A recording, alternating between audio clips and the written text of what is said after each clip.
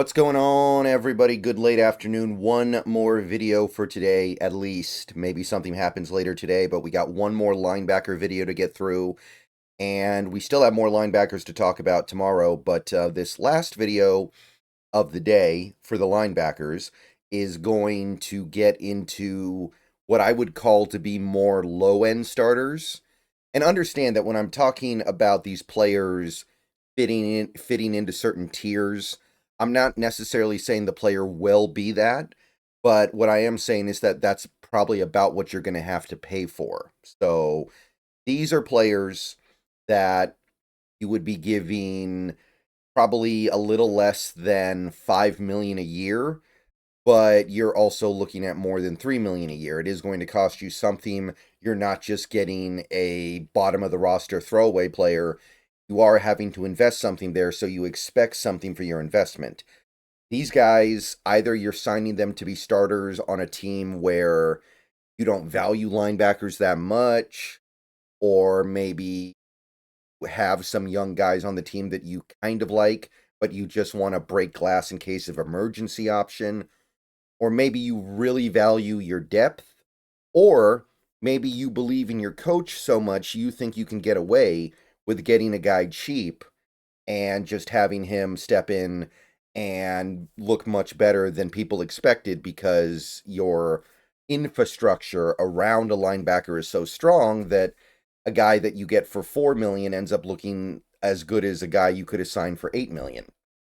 So these guys, they're either starters that you sign because you love the fit and you're willing to take the risk that the fit overcomes their otherwise not so extraordinary ability, or you sign them as really good backups because you don't totally trust your starter. So a couple different ways this can go, but these are guys that I would call low-end starters.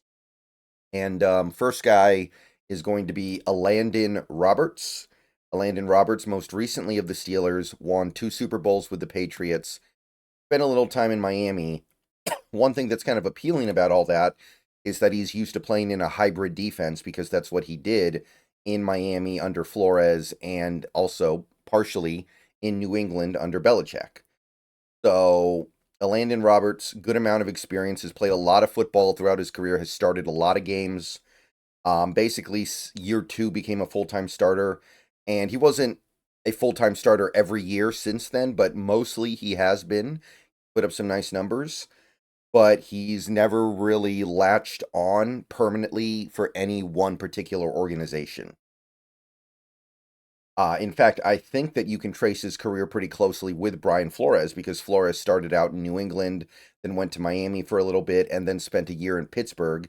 Now, this most recent year, obviously, he didn't follow Flores to Minnesota, but a lot of crossover there with Roberts and Flores, and he's been good. He's been a pretty good, reliable player.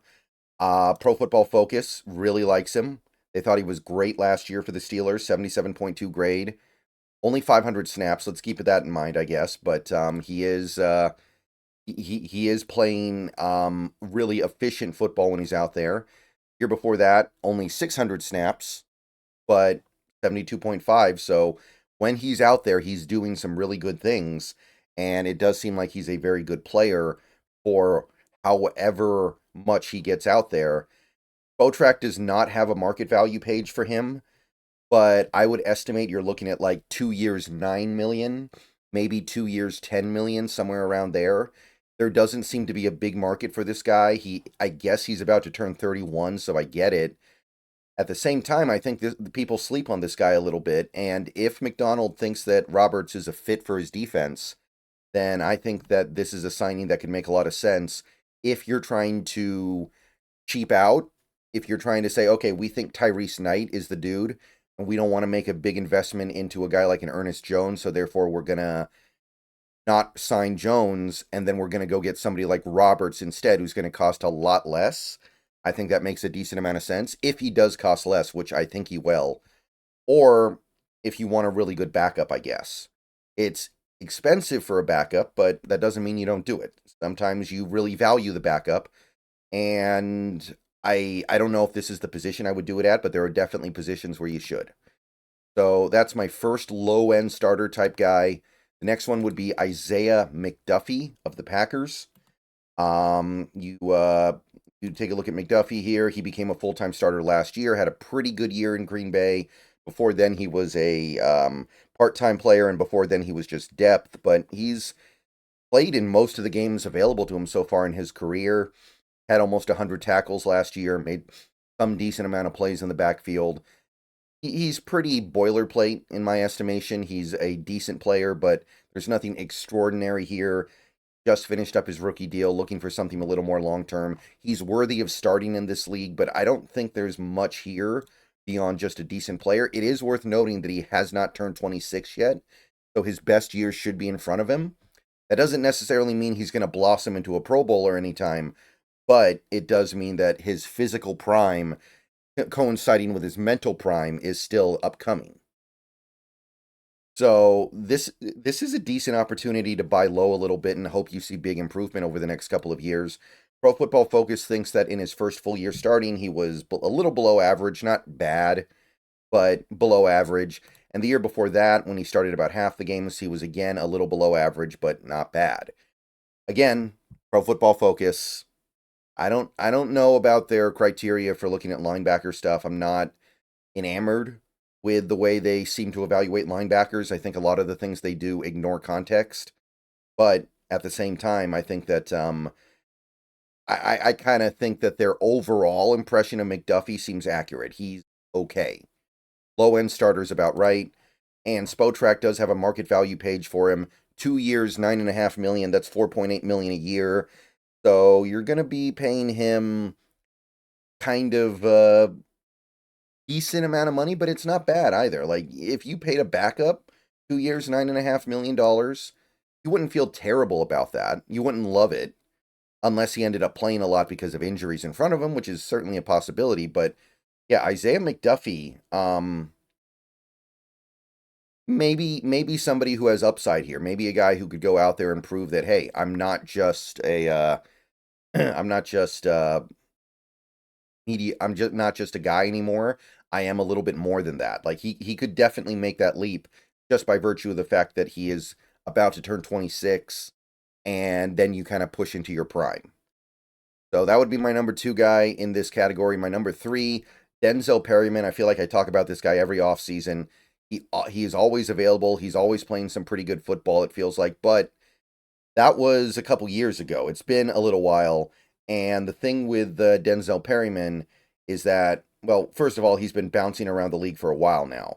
This guy was a Charger. Then he spent 2 years with the Raiders. Then a year with the Houston Texans. Then with the Chargers again.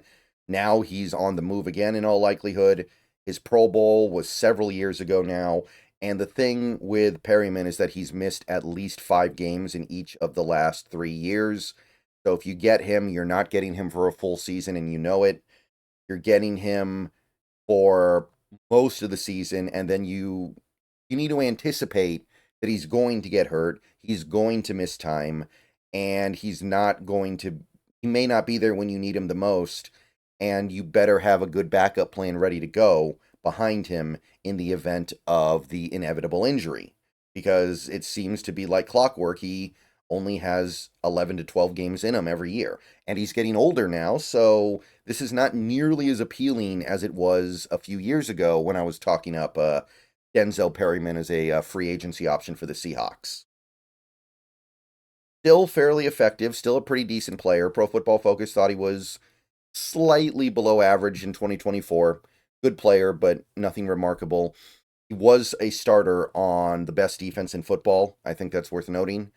Year before that, again, they thought he was about average, but his days of being a really good Pro Football Focus player seem like they're done. There was a period of time where they respected him a lot, and I think age has probably just pushed him past that. This guy's going to turn 33 before the end of the next season. So age is becoming a real thing with Perryman. They do have a Spotrac page for him, 1 year, 4.4 million. I'm not sure. I'm not sure about this one. I'd like to try to do a little bit better, I think. It's not a lot of money, but it would take a decent hit on your 2025 cap. because there's no second year to put it in, and I'm not giving him a second year. I don't think you need to do that. I don't think you should do that. I don't think that's good business. And you could do void years, I guess, but I think there are better options out there. There are probably two better options in this video alone. So Denzel Perryman would have been fun a few years ago, but now it just kind of feels like you're a little late to the party now. You're a little bit late to the Denzel Perryman dance. And at his age, him declining significantly in 2025 would not be a surprise. So, yeah, that's about it.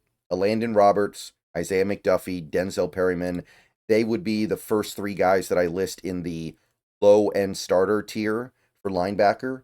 Guys that you get because you want a cheap starting linebacker or you want an expensive backup linebacker. Let me know what you think about them. I'll see you guys later. Go Hawks. Maybe another video later today, but in all likelihood, I'll see you guys on Twitch tonight, and I'll see you guys on the videos tomorrow. Have a good day.